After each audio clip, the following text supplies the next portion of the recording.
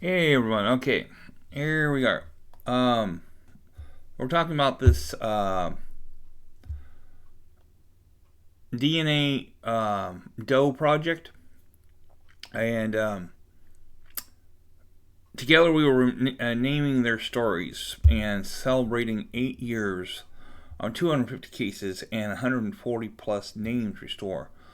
We're getting started, and you can help. We keep the cost to our law enforcement and medical examiners partners low with their help. Your monthly gifts would be make it possible for the DNA Doe Project to take all the cases that comes to us in 2025. Please become a monthly donor today and click here for more information for help. So they're asking for help.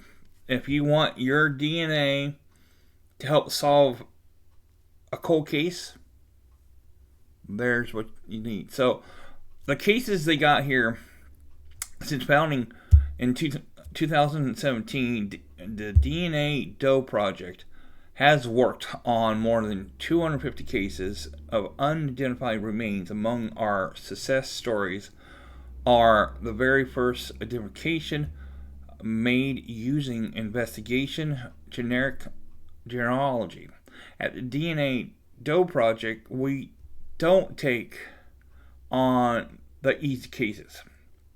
We accept those from every community, regardless of the circumstance, races, or gender, identify, or cause of death. It takes months or years to identify these individuals, but we don't give up.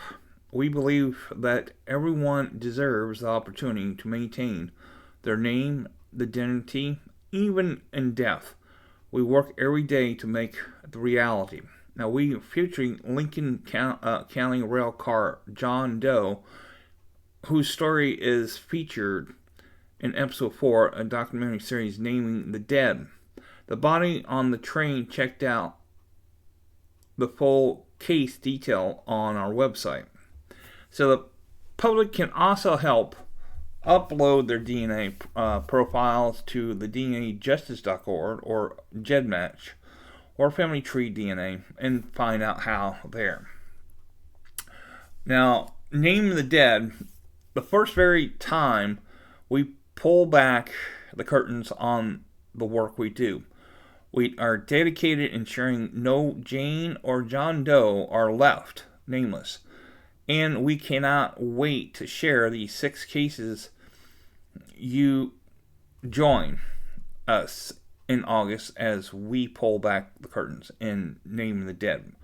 Appearing Saturday, August the 2nd. This is an old story, but they're still going at 10 or 9 Central on National Geographic. So go on National Geographic or Disney Plus or Hulu.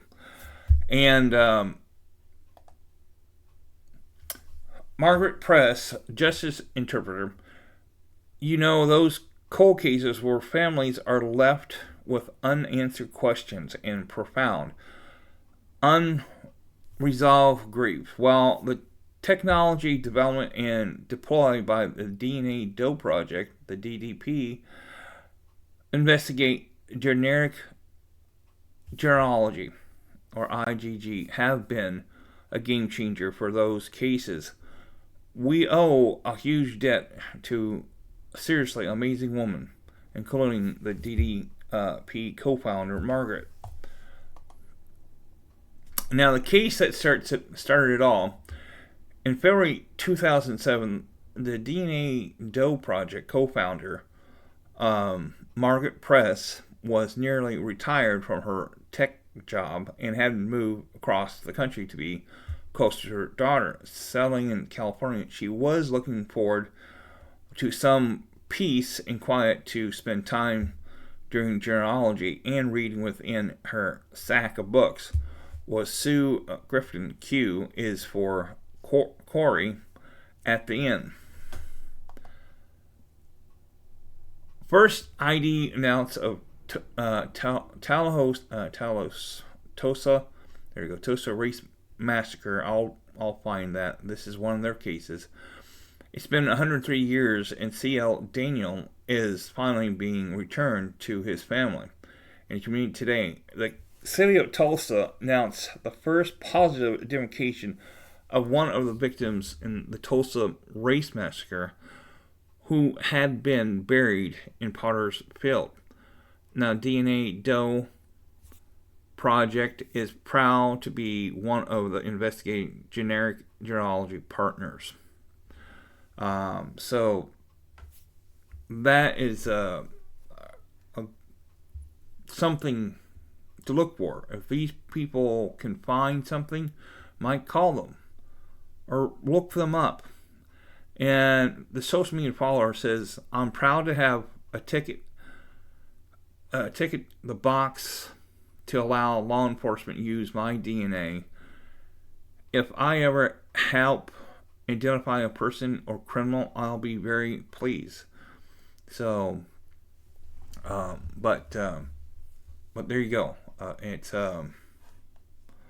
interesting, and I will talk to be able to do that one story, talk about the Tulsa race massacre. I'll do that, and so I will talk to you guys all later. Bye now.